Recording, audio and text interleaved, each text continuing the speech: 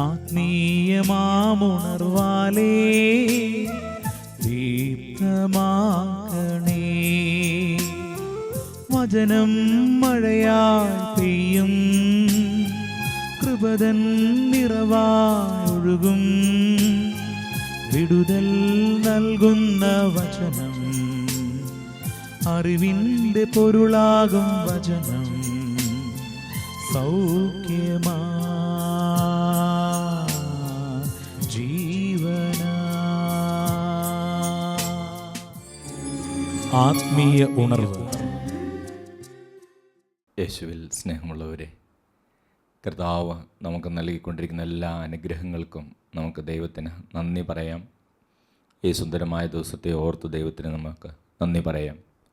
കർത്താവ് ഇന്ന് തരുന്ന തിരുവചന ഭാഗം ഗലാത്യക്കാർക്ക് എഴുതിയ ലേഖനത്തിൻ്റെ 5-ാം അധ്യായം 16-ാം തിരുവചനം.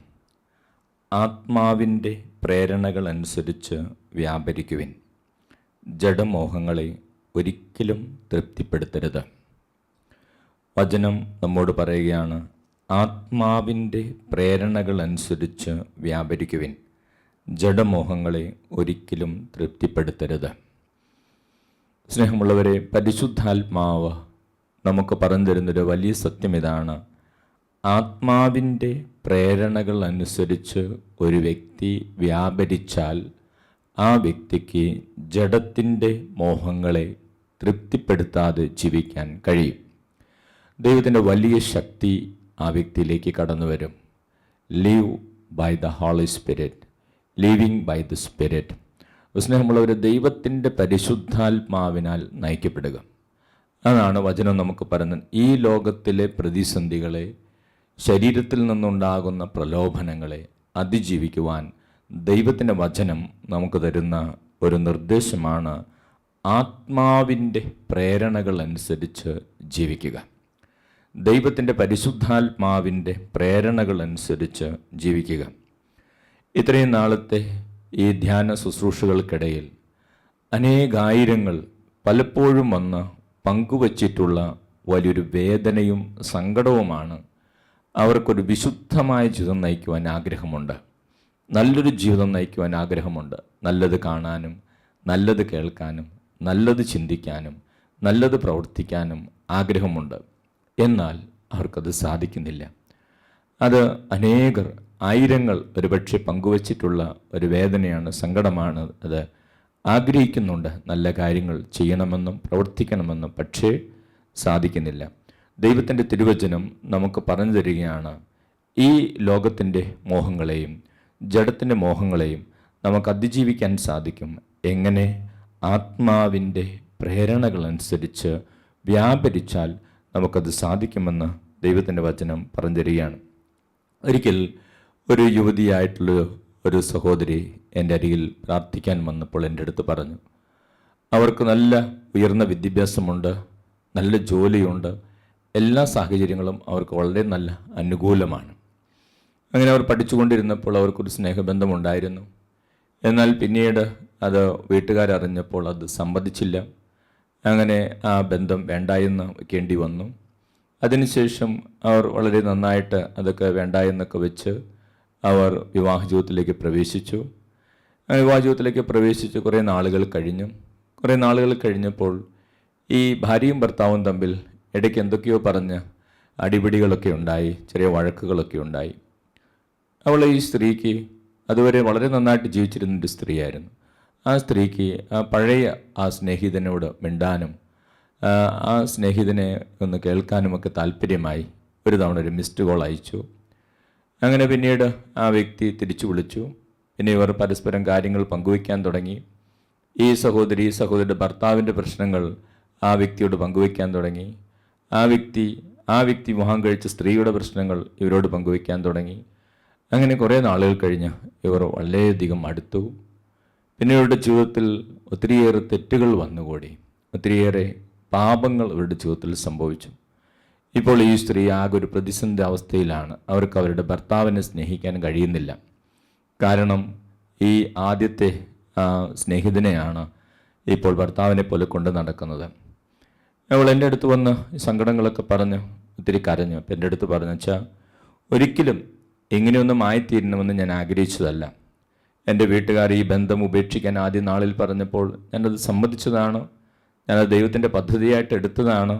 ഞാൻ എൻ്റെ സമ്മതത്തോടു കൂടി തന്നെയാണ് ഇന്ന് പിന്മാറിയത്. പക്ഷേ ആ വ്യക്തിയുമായിട്ട് സ്നേഹത്തിലായിരുന്ന സമയത്ത് തെറ്റുകൾ പലതും സംഭവിച്ചിട്ടുണ്ടായിരുന്നു. അത് പിന്നീട് ഞാനും എൻ്റെ ഭർത്താവും തമ്മിൽ ചില വഴക്കുകളുണ്ടായപ്പോൾ പഴയ കാര്യങ്ങൾ ഓർമ്മിക്കാനും അങ്ങനെ പഴയ സുഖങ്ങളിലേക്ക് പോകാൻ ഇടവരുത്തി. ഇന്ന് എനിക്ക് വലിയ അസ്വസ്ഥതയാണ്. കാരണം എനിക്ക് അവർക്കൊരു കുട്ടിയുണ്ട്. ആ കുട്ടിയെക്കുറിച്ച് ചിന്തിക്കുമ്പോൾ എൻ്റെ കുട്ടിയുടെ ജീവിതത്തിൽ ഇന്നത്തെ എൻ്റെ ജീവിതത്തിൻ്റെ ഈ പ്രത്യേകതകൾ മൂലം എൻ്റെ കുട്ടിയുടെ ജീവിതത്തിൽ എന്തെങ്കിലും തകരാറുകളൊക്കെ ഉണ്ടാകൂ എന്ന ഭയവും ആ സ്ത്രീ അസ്വസ്ഥപ്പെടും. അവളെ സ്ത്രീ എന്നോട് പങ്കുവച്ചൊരു കാര്യം ഇതായിരുന്നു: അച്ഛാ, പലപ്പോഴും ആഗ്രഹമുണ്ട് നന്നായിട്ട് ജീവിക്കണമെന്ന്, തെറ്റുകളൊന്നും ചെയ്യരുതെന്ന്, പക്ഷെ സാധിക്കുന്നില്ല. അപ്പോൾ ദൈവത്തിൻ്റെ വചനം നമുക്ക് പറഞ്ഞു തരുന്ന ഒരു വലിയ സത്യം ഇതാണ്: ആത്മാവിൻ്റെ പ്രേരണകളനുസരിച്ച് വ്യാപരിച്ചാൽ നമുക്ക് ഈ ലോകത്തിൻ്റെ പ്രേരണകളെയും ലോകത്തിൻ്റെ മോഹങ്ങളെയും അതിജീവിക്കാൻ സാധിക്കുമെന്ന് ദൈവത്തിൻ്റെ വചനം നമുക്ക് പറഞ്ഞു തരികയാണ്. സ്നേഹമുള്ളവരെ, നമ്മളെല്ലാവരും മനുഷ്യനാണ്. മനുഷ്യൻ്റെ ഹൃദയം ആരംഭം മുതലേ തിന്മയിലേക്ക് ചാഞ്ഞിരിക്കുന്നുവെന്ന് ദൈവത്തിൻ്റെ വചനം പറയുന്നുണ്ട്. എല്ലാവരുടെ ജീവിതത്തിൽ സ്വാഭാവികമായൊരു താല്പര്യം, ശരീരത്തിൻ്റെ മോഹങ്ങളെ തൃപ്തിപ്പെടുത്തുവാൻ എല്ലാവരുടെ ജീവിതത്തിലുണ്ട് ഒരു സ്വാഭാവികമായ താല്പര്യം. സ്നേഹമുള്ളവരെ, അതിനെ അതിജീവിക്കാൻ നമ്മൾ എന്തു ചെയ്യണം? ദൈവത്തിൻ്റെ വചനം പറയുകയാണ്, ആത്മാവിൻ്റെ പ്രേരണകൾ അനുസരിച്ച് നമ്മൾ വ്യാപരിക്കണം. നമുക്ക് ചുറ്റും ശരീരത്തിൻ്റെ പ്രേരണകളുണ്ട്, ലോകത്തിൻ്റെ പ്രേരണകളുണ്ട്, സുഹൃത്തുക്കൾ നൽകുന്ന പ്രേരണകളുണ്ട്, ചില കാഴ്ചകൾ നൽകുന്ന പ്രേരണകളുണ്ട്, ചില വായനകൾ നൽകുന്ന പ്രേരണകളുണ്ട്, നമ്മളെ സഹായിക്കുന്ന ചില വ്യക്തികൾ നൽകുന്ന പ്രേരണകളുണ്ട്. അപ്പോൾ ഈ പ്രേരണകളൊക്കെ പിഞ്ചെന്നാൽ നമ്മൾ അപകടത്തിൽ ചാടിപ്പോകും. അതാണ് ദൈവത്തിൻ്റെ വചനം പറയുന്നത്. നമ്മൾ സുഹൃത്തുക്കളുടെ പ്രേരണകളെ പിഞ്ചെന്നാൽ നമ്മൾ അപകടത്തിൽ ചെന്ന് ചാടാം. നമ്മൾ ചില കാഴ്ചകളുടെ പ്രേരണയെ പിഞ്ചെന്നാൽ നമ്മൾ അപകടത്തിൽ ചെന്ന് ചാടാം. ചില വായനയുടെ പ്രേരണകളെ പിഞ്ചെന്നാൽ നമ്മൾ അപകടത്തിൽ ചെന്ന് ചാടാം. ദൈവത്തിൻ്റെ വചനം പറയുകയാണ്, ആത്മാവിൻ്റെ പ്രേരണയനുസരിച്ച് ജീവിച്ചാൽ, പരിശുദ്ധാത്മാവിൻ്റെ പ്രേരണയനുസരിച്ച് ജീവിച്ചാൽ നിനക്ക് നന്മയിൽ വളരാൻ സാധിക്കും.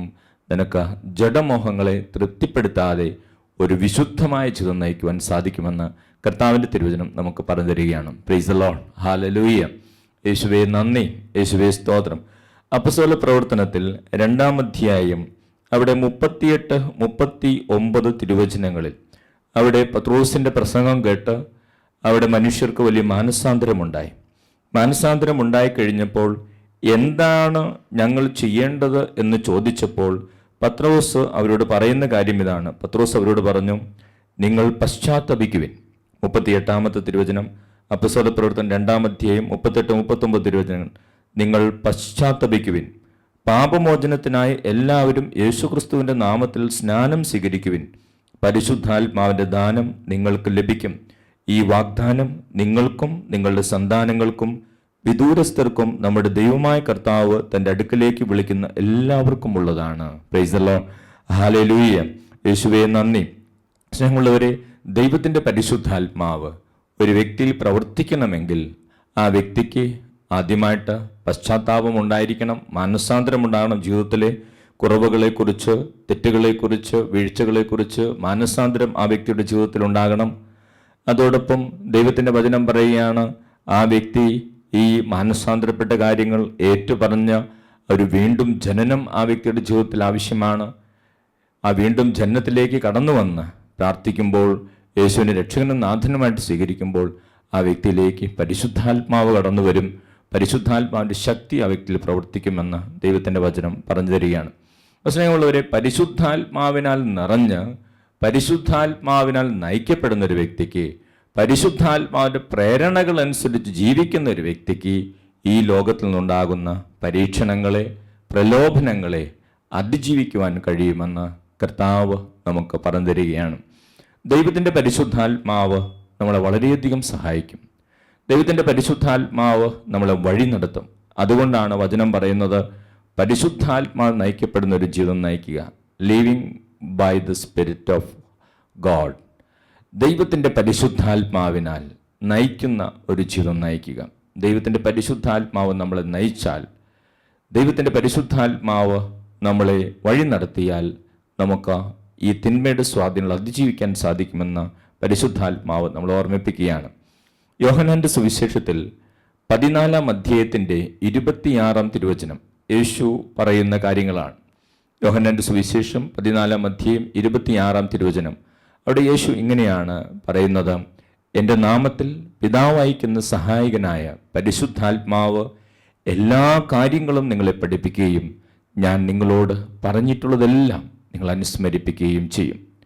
ദൈവത്തിൻ്റെ പരിശുദ്ധാത്മാവിനെ കുറിച്ച് ഈശോ പറയുകയാണ്, എൻ്റെ നാമത്തിൽ പിതാവ് അയക്കുന്ന സഹായകനായ പരിശുദ്ധാത്മാവ് എല്ലാ കാര്യങ്ങളും നിങ്ങളെ പഠിപ്പിക്കുകയും ഞാൻ നിങ്ങളോട് പറഞ്ഞിട്ടുള്ളതെല്ലാം നിങ്ങളെ അനുസ്മരിപ്പിക്കുകയും ചെയ്യും, നിങ്ങളെ ഓർമ്മിപ്പിക്കുകയും ചെയ്യും. അപ്പോൾ ദൈവത്തിൻ്റെ പരിശുദ്ധാത്മാവ് ഒരു വ്യക്തിയുടെ ജീവിതത്തിലേക്ക് കടന്നു വന്നാൽ സംഭവിക്കുന്ന മാറ്റങ്ങളെക്കുറിച്ച് യേശു പഠിപ്പിക്കുകയാണ്.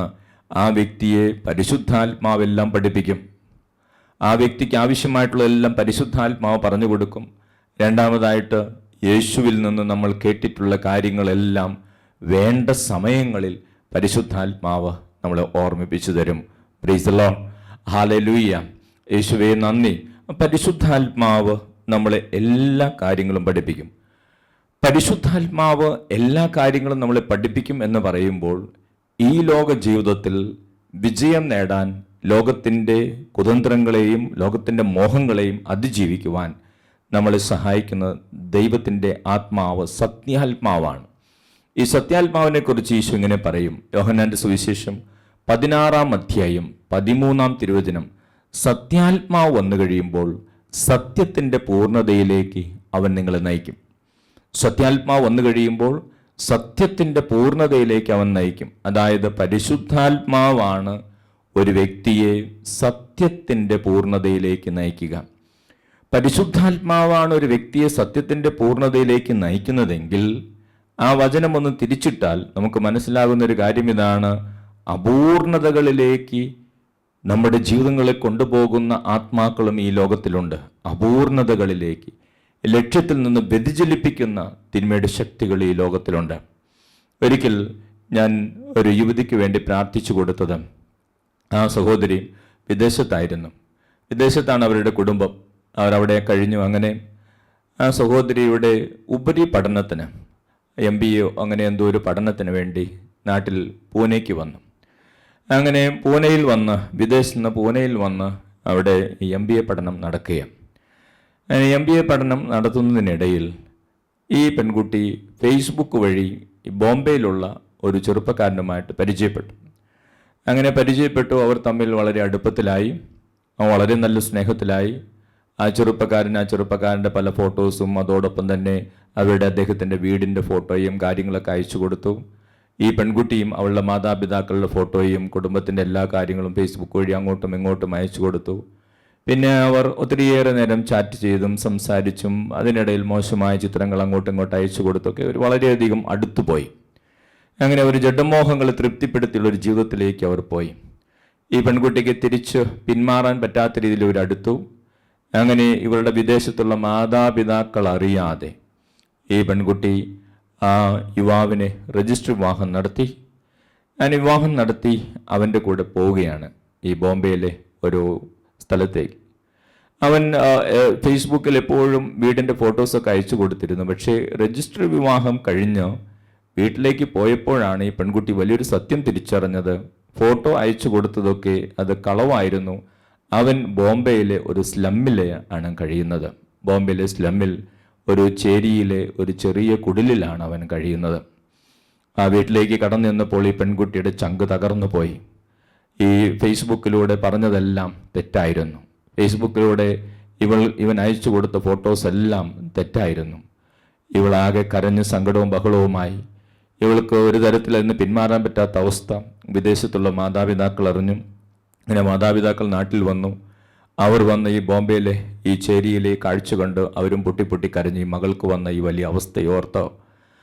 അങ്ങനെ അവസാനം അപ്പനും അമ്മയും മകൾക്ക് എന്താണെങ്കിലും ഒരു തെറ്റ് സംഭവിച്ചു, എന്തെങ്കിലും ആകട്ടെ എന്ന് കരുതി അപ്പനും അമ്മയും അവർക്കൊരു വീട് വെച്ച് കൊടുത്തു. ബോംബെയിൽ ഒരു ഫ്ലാറ്റ് വാങ്ങിക്കൊടുത്തു. അവിടെ കഴിഞ്ഞോളാൻ പറഞ്ഞ് കുറച്ച് പൈസയും കൊടുത്ത് അപ്പനും അമ്മയും പോയി. അങ്ങനെ അവൾ അവിടെ കുറച്ച് നാൾ ആ ചെറുപ്പക്കാരൻ്റെ കൂടെ കഴിഞ്ഞു. അവൾക്കൊരു കുട്ടിയായി. അങ്ങനെ കുട്ടിയായി കുറച്ച് കഴിഞ്ഞപ്പോഴാണ് ഒരു ദിവസം അവരുടെ വീട്ടിലേക്ക്, ഫ്ലാറ്റിലേക്ക് ആ ചെറുപ്പക്കാരൻ വേറൊരു സ്ത്രീയും കൂടെ കൂട്ടിക്കൊണ്ടു വന്നു. എന്നിട്ട് ഇവളോട് പറഞ്ഞു, അവളെയും കൂടെ ഞാൻ ഭാര്യയായിട്ട് സ്വീകരിച്ചു, നിങ്ങൾ രണ്ടുപേരെയും ഞാൻ നന്നായിട്ട് നോക്കിക്കൊള്ളാമെന്ന് പറഞ്ഞു. അപ്പോൾ ഇവളുടെ ഹൃദയമാകെ തകർന്നു പോയി. ഇവൾക്കിനി എന്താ ചെയ്യേണ്ടതെന്നറിയില്ല. അവൾ ആത്മഹത്യ ചെയ്താലോ എന്ന് കരുതി. ഇത്രയും വിശ്വാസവഞ്ചന, ആദ്യം വീടിൻ്റെ കാര്യത്തിൽ വിശ്വാസവഞ്ചന ചെയ്തു, ഇപ്പോൾ വേറൊരു സ്ത്രീയും കൂട്ടിക്കൊണ്ടുവന്നിരിക്കുന്നു. അവൾ ആത്മഹത്യ ചെയ്താലോ എന്ന് കരുതി അവൾ കൊച്ചിനെയും കൊണ്ട് ഈ ബോംബെയിൽ നിന്നും പുറപ്പെട്ടു. അങ്ങനെ അവൾ പോകുമ്പോൾ ബാംഗ്ലൂരിലുള്ളവരുടെ ബന്ധുക്കൾ മനസ്സിലാക്കി, അറിഞ്ഞു, ആരോ പറഞ്ഞറിഞ്ഞു ഇവൾ ആത്മഹത്യ ചെയ്യാൻ ഇറങ്ങിയിരിക്കുകയാണ്. അങ്ങനെ ആ ബന്ധുക്കൾ വന്ന് ഇവൾ അവരുടെ വീട്ടിൽ കൊണ്ടുപോയി.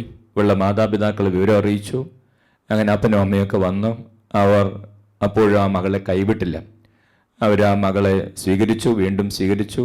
അങ്ങനെ മകളുടെ കയ്യിൽ നിന്ന് കൊച്ചിനെ വാങ്ങി അവളുടെ അമ്മയും അപ്പനും വിദേശത്തേക്ക് കൊച്ചിനെ കൊണ്ടുപോയി. അവളെ കേരളത്തിൽ നിർത്തി അവളൊരു സ്ഥാപനത്തിൽ ജോലി ചെയ്യുക. അതിനിടയിലാണ് ഞാൻ അവളെ കാണാനിട വന്നത്.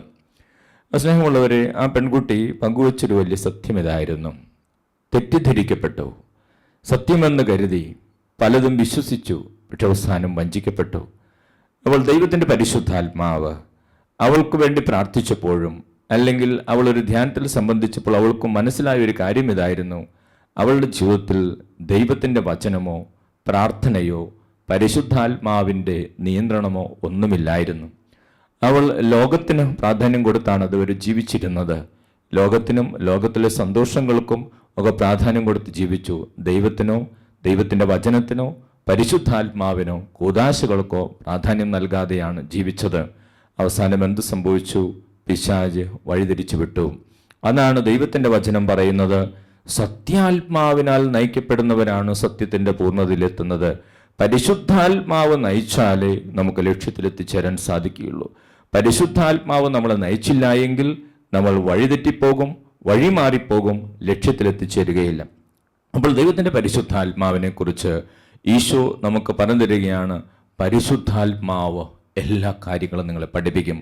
പരിശുദ്ധാത്മാവിനെ വിളിക്കുകയും പരിശുദ്ധാത്മാവോട് പ്രാർത്ഥിക്കുകയും പരിശുദ്ധാത്മാവിൻ്റെ സാന്നിധ്യത്തിലായിരിക്കുകയും ചെയ്യുന്ന ഒരു വ്യക്തിയെ പരിശുദ്ധാത്മാവ് നയിക്കും, വഴി നടത്തും, സത്യം പറഞ്ഞു കൊടുക്കും, ലക്ഷ്യത്തിലെത്തിക്കുമെന്ന് ഈശോ പറഞ്ഞു തരികയാണ്. അതോടൊപ്പം പരിശുദ്ധാത്മാവ് നൽകുന്ന രണ്ടാമത്തെ സഹായമാണ് ആ വചനത്തിൻ്റെ രണ്ടാം ഭാഗം. ഈശോ പറയുകയാണ്, ഞാൻ നിങ്ങളോട് പറഞ്ഞിട്ടുള്ളതെല്ലാം അവൻ നിങ്ങളെ ഓർമ്മിപ്പിക്കും. അതായത് ഞാൻ നിങ്ങൾക്ക് നൽകിയ ദൈവത്തിൻ്റെ വചനങ്ങൾ അതെല്ലാം പരിശുദ്ധാത്മാവ് വേണ്ട സമയങ്ങളിൽ നിങ്ങളെ ഓർമ്മിപ്പിക്കും. സ്നേഹമുള്ളവർ, ദൈവത്തിൻ്റെ വചനം, യേശുവിൻ്റെ വചനം ഓർക്കുക എന്നുള്ളത് വലിയ ശക്തിയാണ്, വലിയ ശക്തിയാണത്.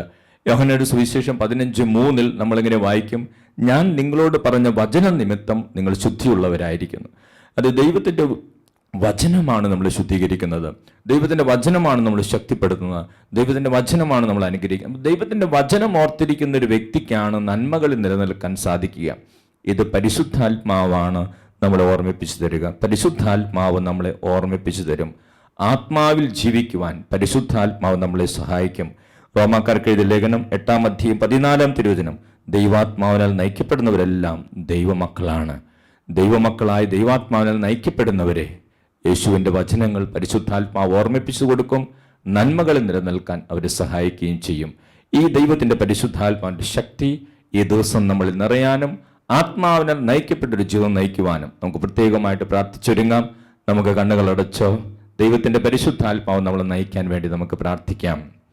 സ്നേഹമുള്ളവരെ, നമ്മളെയും നമ്മുടെ കുടുംബത്തെയും നമ്മുടെ കുടുംബത്തിലുള്ളവരെയും നമ്മുടെ മാതാപിതാക്കളെയും ജീവിത പങ്കാളിയെയും മക്കളെയും സഹോദരങ്ങളെല്ലാവരെയും കർത്താവിന് സമർപ്പിച്ച് പ്രാർത്ഥിക്കാം. കർത്താവ് ഇന്ന് നമുക്ക് തരുന്ന തിരുവചന ഭാഗം നമുക്ക് ഉൾക്കൊള്ളാം, സ്വീകരിക്കാം. ആത്മാവിൻ്റെ പ്രേരണകൾ അനുസരിച്ച് ജീവിക്കുവിൻ. ആത്മാവിൻ്റെ പ്രേരണകൾ അനുസരിച്ച് ജീവിക്കുവിൻ. ജഡമോഹങ്ങളെ നിങ്ങൾ തൃപ്തിപ്പെടുത്തരുത്. അതേ ജഡത്തിൻ്റെ മോഹങ്ങളെ തൃപ്തിപ്പെടുത്താതെ ലോകത്തിൻ്റേതല്ലാതെ ജീവിക്കുവാൻ പരിശുദ്ധാത്മാവിൽ നയിക്കപ്പെടുന്ന വ്യക്തികളായി നമ്മൾ മാറേണ്ടതുണ്ട്. ദൈവത്തിൻ്റെ പരിശുദ്ധാത്മാവെ ഞങ്ങളിൽ വന്ന് നിറയണമേ എന്ന് നമുക്ക് പ്രാർത്ഥിക്കാം. അതോടൊപ്പം ഈശോയുടെ വാഗ്ദാനമായ ദൈവത്തിൻ്റെ പരിശുദ്ധാത്മാവിനെ ഞങ്ങളിലേക്ക് അയച്ച് ഞങ്ങളെ ശക്തിപ്പെടുത്തുകയും വഴി നടത്തുകയും ചെയ്യണമേ എന്ന് ഈശോയോട് നമുക്ക് പ്രാർത്ഥിക്കാം. പരിശുദ്ധ അമ്മയോടൊപ്പം ശിഷ്യന്മാർ പ്രാർത്ഥിച്ചുകൊണ്ടിരുന്നപ്പോഴാണ് വലിയൊരു അഭിഷേകം അവരിലേക്ക് കടന്നു വന്നത്. ആ പരിശുദ്ധ അമ്മയുടെ മാധ്യസ്ഥവും നമുക്ക് പ്രത്യേകമായിട്ട് അപേക്ഷിക്കാം. നന്മ നിറഞ്ഞ മറിയമേ സ്വസ്തി, കർത്താവ് അങ്ങയുടെ കൂടെ, സ്ത്രീകളിൽ അങ്ങ് അനുഗ്രഹിക്കപ്പെട്ടവളാവുന്നു. അങ്ങയുടെ ഉദരത്തിൻ ഫലമായി ഈശോ അനുഗ്രഹിക്കപ്പെട്ടവനാവുന്നു. പരിശുദ്ധ മറിയമേ തമ്പുരാൻ്റെ അമ്മേ, പാപികളായ ഞങ്ങൾക്ക് വേണ്ടി ഇപ്പോഴും ഞങ്ങളുടെ മരണസമയത്തും തമ്പുരാനോട് അപേക്ഷിക്കണമേ. ഈ പിതാവിൻ്റെയും പുത്രൻ്റെയും പരിശുദ്ധാത്മാവിൻ്റെയും നാമത്തിൽ ആമേൻ. Praise the lord. ഹല്ലേലൂയ. യേശുവേ നന്ദി, യേശുവേ സ്തോത്രം. പരിശുദ്ധാത്മാവേ വേഗം വരണേ, പരിശുദ്ധാത്മാവേ എന്നിൽ വരണേ, പരിശുദ്ധാത്മാവേ വേഗം വരണേ, പരിശുദ്ധാത്മാവേ